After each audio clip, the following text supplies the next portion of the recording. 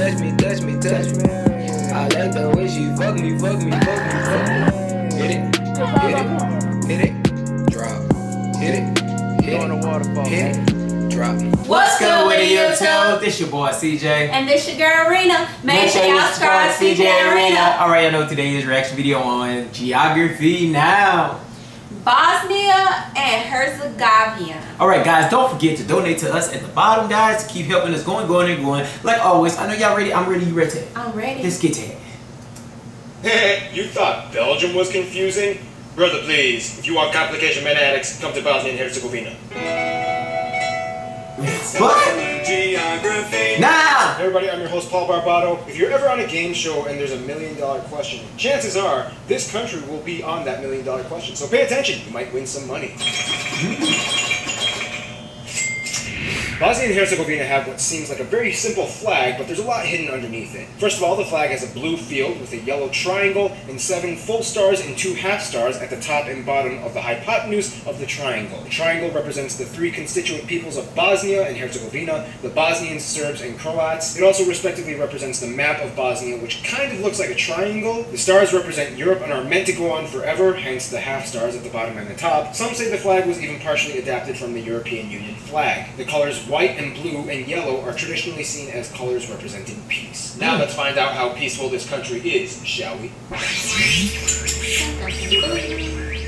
Remember Belgium and how confusing that whole Flanders-Wallonia thing was? Well, get ready because we're going to conquer one place with 2 regions, 2 entities, and a weird 3rd semi-rogue autonomous region district. Just fair warning, you might have a seizure trying to understand all of this stuff, so if your brain is not that strong, just fast forward to the physical geography part and we'll have some nice pretty pictures for you to look at. First of all, Bosnia and Herzegovina is located in that lovely area of mass confusion in South Europe known as the Balkans, located to the south of Croatia, west of Serbia, and north of Montenegro. You would think that Bosnia and Herzegovina is landlocked, but if you look very close, you'll notice they have the smallest little panhandle that touches the Adriatic Sea for only about 25 kilometers or about 15 miles. Now, here's where things get tricky. When you hear the name Bosnia and Herzegovina, you would think it kind of sounds like 2 separate nationalistic entities, kind of like the UK or the United Arab Emirates. But that's not really the case. So first of all, what exactly is Bosnia and what exactly is Herzegovina? Well, in the shortest, simplest way I can put it, they're just regions. Although the borders are vague and not clearly defined, Bosnia is generally located in this area, and Herzegovina is generally located in the south in this area. Culturally, the people of Bosnia are the same as the people in Herzegovina, except there are more ethnic Croats living in the south by Herzegovina, especially on the border of Croatia. The only reason why it's separate is because some guy in the 1400s created his own country. He had the title of Herzog, which is where the name Herzegovina comes from, but other than that, it's just the same country. Now, here's where things do get divided though. Bosnia and Herzegovina is kind of divided into 2 separate entities, each one with about half the land of the country that serve the 3 different people groups known as the constituent peoples, a unique term that only applies to Bosnia and Herzegovina. We'll explain more about this in the demographics. Essentially, Bosnia and Herzegovina is divided into the Federation of Bosnia and Herzegovina and the Republika Srpska. I know, it looks like it's pronounced Srpska. It's pronounced Srpska. Triple diphthongs are amazing linguistic phenomena. Most of the ethnic Serbs live in the Republika Srpska, and each side has its own capital. Sarajevo for the Federation of Bosnia and Herzegovina, and Banja Luka for the Republic of Srpska. However, Sarajevo acts as the national capital for the entire country as well. Furthermore, the Republika Srpska is split into 2 regions, and then they are both divided into cantons, or counties, and municipalities, 10 for the Federation of Bosnia and Herzegovina, and 7 for the Republic of Srpska. Keep in mind, Bosnia and Herzegovina has 2 small municipal exclaves on the Sava River on the border of Croatia, known as the Posavina Canton County. These belong to the Federation of Bosnia and Herzegovina and make the smallest cantons. Then you have the weird Brčko district. I know, it looks like Brčko, it's pronounced Brčko. That was a quadruple.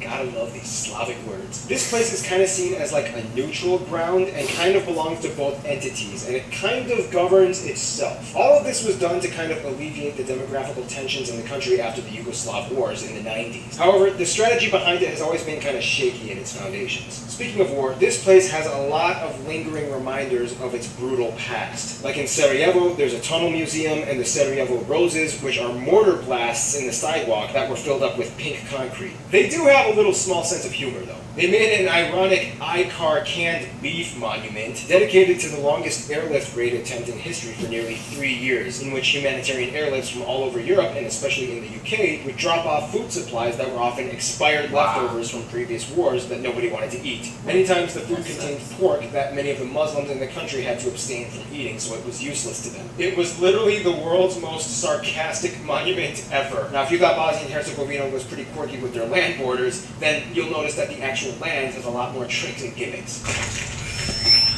Who want that food? First of all, the country is mostly mountainous or hilly, as it lies on the Dinaric Alps in the Balkan Peninsula, with flatter lands in the northeast by the Pannonian Basin. About half the country is forested, and about 30% of the land is arable, mostly in the northeast regions, whereas the south, mostly in Herzegovina, is more rocky and dry than the rest of the country. Now, this is where things get a little interesting. Yes, the country does have a lot of potential arable land, but the problem is, due to its war past, the country still has about 200,000 landmines that they have to clear from the ground. But I mean, hey, that's only like a third of the amount from Albania, remember? Woohoo! Slightly less danger! Then, in the Republic of Srpska, you can find the last jungle or primeval forest in southern Europe. The Perućica forest, which is only accessible to explore in the company of rangers. The world's tallest Norwegian spruce tree can be found here, and many captivating waterfalls and ancient trees that take you back years in the past. Now, here's the funny thing. Many people in Bosnia around Sarajevo will tell you that they're pretty certain that the country has the world's largest man-made ancient pyramid. Located near the town of Visoko, the hills in the region seem to have an almost perfect geometric shape that creepishly resembles a pyramid with almost equal sides and angles. Modern archaeologists are skeptical, but if you look at the pictures from above, I mean, it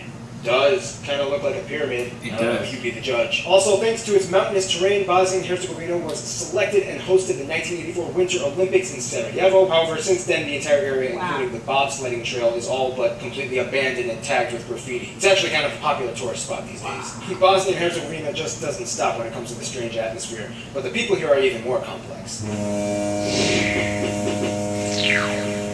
Here's the rule of Bosnia and Herzegovina. You always have to constantly think in threes. Never refer to everybody in the country as just Bosnians. Half of everybody will get super mad at you. First of all, the country has about 4 million people, about 48% of whom are Bosnians, 33% Serbs, and 15% Croats, with the remaining 4% from other nations. The three main people groups of this country are pretty much what make it function in such a weird way. Now, here's the funny thing. Bosnians, Croatians, Serbians, and even Montenegrins can all pretty much understand each other with their languages. Their languages are all pretty much the same Slavic-based dialect with a few differential nuances. The only difference is that typically Serbian is written with a Cyrillic alphabet, and Bosnian and Croatian is written with a Latin-based alphabet. However, they will fiercely tell you that the languages are separate and distinct languages: Croatian, Serbian, and Bosnian. They even put warning signs in all three languages on cigarette packs. So essentially it's like this. Hi, I'm speaking American. Hello, I'm speaking British. Hi, I'm speaking Irish. You know, you guys all pretty much understand each other and you're all kind of like saying the same thing. Aren't you all speaking the same? No! Now here's where things get really confusing. Bosnia and Herzegovina has a bicameral legislature that includes a 3-member presidency, one for each of the people groups: the Serbs, the Croatians, and the Bosnians. That's right, a country has 3 presidents. You don't see anything like this anywhere else in the world. However, the state government is highly decentralized, and a lot of the legislation just goes to the respective entities. Culturally, this place sticks out. As a former part of the Ottoman Empire,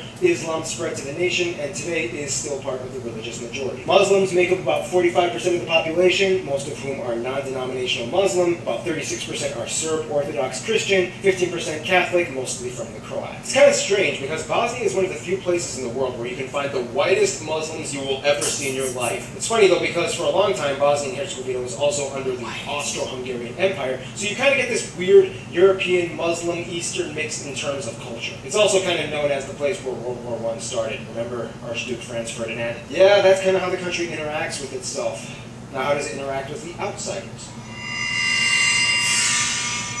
Now, this is where things get very politically divisive because the country has a very deep history in alliances and enemies. Without getting into too much detail, essentially in the 90s, the country was in a straight-up war internally, and it was based against all 3 people groups. After the war ended and the Dayton Agreement was signed, the country cooled off, kind of, and the people agreed to calm down a bit and stop killing each other and make a new country that had a full sovereign status as one, but with divided regions that were somewhat segregated. Did you get that? This was the best they could do, and I mean, honestly, with a country with that much internal animosity, it worked kind of well. It's like Look, we all hate each other, and we still do, but things have gotten a little too crazy, so let's just agree to stop all the chaos and hate each other in a distant yet constructive way so that our country can still make money and not get ridiculed by everyone else outside.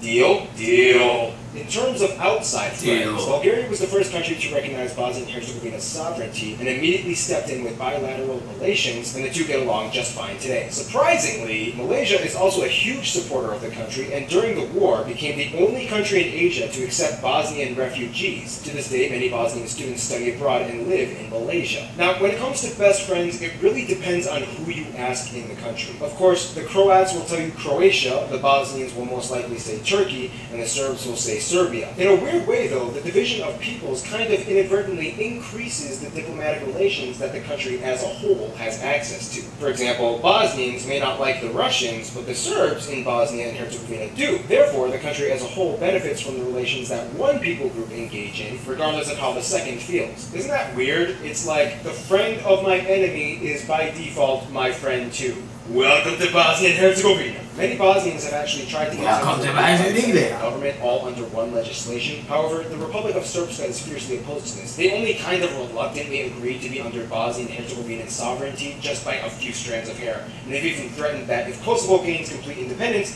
they will have no problem annexing themselves back to Serbia, which would make Serbia look like this. Wow. In conclusion, Bosnia and Herzegovina is like the Belgium of the Balkans, but with stranger conflicts, quieter controlled anger, slightly dysfunctional politics, but with a pinch of sarcasm and dry humor that gives the country its spicy appeal. Stay tuned, Botswana is coming up next. Wow, okay. In conclusion, I think that looked just like a pyramid. Oh wow, we went all the way back to the pyramid. I know, we went back to the pyramid because I really had that in mind, because that really looked like a pyramid. Well, since we're talking about pyramids, Montenegro.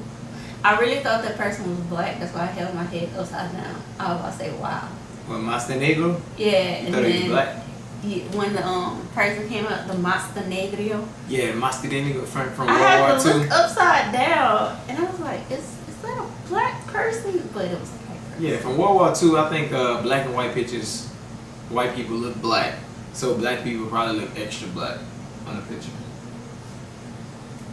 You never really see no black and white pictures with a black person, because I think they really look extra black.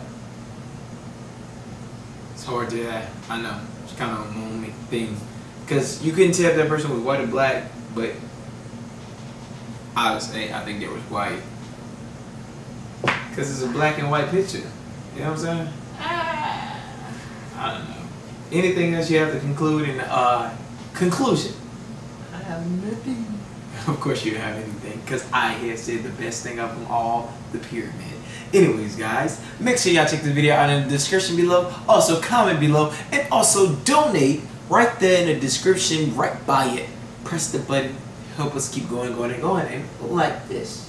Make sure you guys subscribe to CJ Arena. Like always, guys, peace. Bye. I like the way she touch me.